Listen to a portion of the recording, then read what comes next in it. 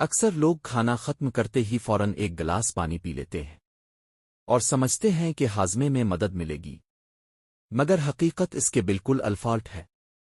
جب آپ کھانے کے فوراً بعد پانی پیتے ہیں تو معدے کے اندر موجود تیزاب، گیسٹرک ایسڈ، پتلا ہو جاتا ہے۔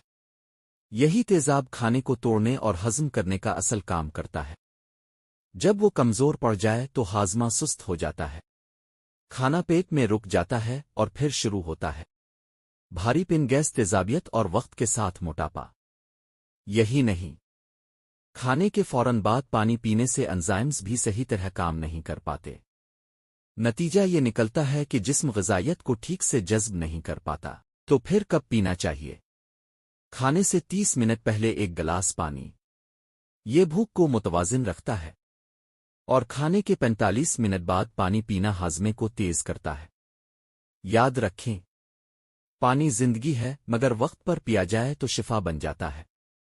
نتیجہ، کھانے کے فوراً بعد پانی پینا نہیں، بلکہ ہاضمے کے بعد پانی پینا ہی اصل دانشمندی ہے۔